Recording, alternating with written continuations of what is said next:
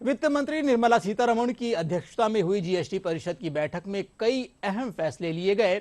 बैठक के बाद वित्त मंत्री ने कई बड़े ऐलान किए, जिसके तहत कैंसर की दवाओं पर जीएसटी घटाकर 5% किया गया।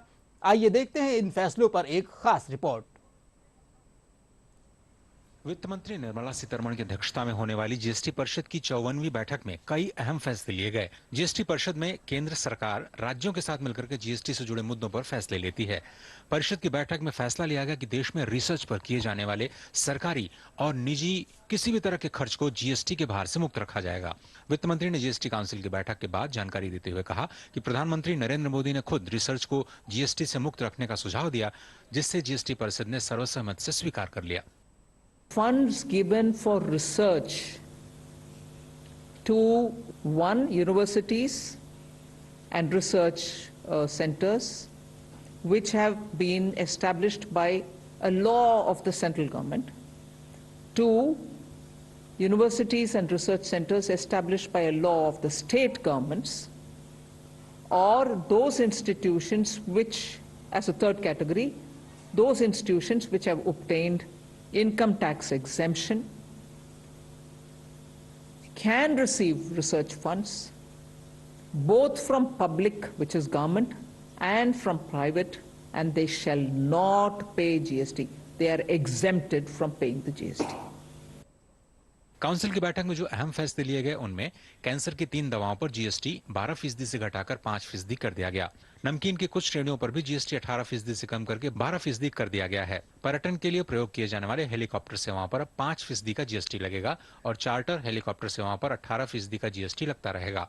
इसके साथ ही जीएसटी काउंसिल ने कार और मोटरसाइकिल सीट कवर्स पर जीएसटी की दर 18% से बढ़ा करके 28% कर दिया है।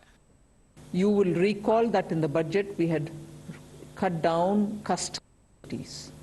Now, GST rate on cancer drugs are also being brought down. It's being reduced from 12% to 5% in order to further reduce the cost of cancer treatment. स्वास्थ्य और जीवन बीमा के प्रीमियम पर जीएसटी के फैसले पर चर्चा करने के लिए मंत्रियों के एक नए समूह का गठन किया गया है। जीएसटी दरों में बदलाव के लिए बनी मंत्रियों के समूह की अंतिम सिफारिशें अक्टूबर तक परिषद को सौंप दी जाएंगी। नवंबर में होने वाली जीएसटी परिषद की बैठक में इस पर अंतिम फैसला हो सकता है। जीएसटी व्यवस्था में कंपनसेशन सेस के मुद्दे पर भी नए मंत्री समूह का गठन किया गया है, जो इसके भविष्य पर अपनी सिफारिशें परिषद को सौंपेगा। New GOMs have been decided. One is on the medical and health insurance. It will be the rate rationalization GOM headed by the Deputy Chief Minister of Bihar, but with newer members added for this limited purpose. We have told them that they will look into this matter and come with a report by end of October, just 1.5 months' time. And the GST Council, which will meet in November, will finalize based on this report, which will come from the GOM.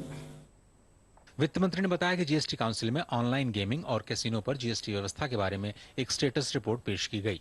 सिर्फ 6 महीने में online gaming पर होने वाले राजस्व में 412% की बढ़ोतरी के साथ 6,909 करोड़ रुपए प्राप्त हुए। साथ ही कैसीनो बिजनेस पर जीएसटी राजस्व में 30% की बढ़ोतरी देखने को मिली। जीएसटी की चोरी रोकने के लिए सरकार जल्दी ही नया इनवॉइसिंग मैनेजमेंट सिस्टम की शुरुआत करने जा रही है। इसके साथ ही business to consumer e invoicing की सुविधा के पायलट प्रोजेक्ट की भी शुरुआत होगी। इससे ग्राहकों को जीएसटी क्रेडिट लेने में मदद मिलेगी।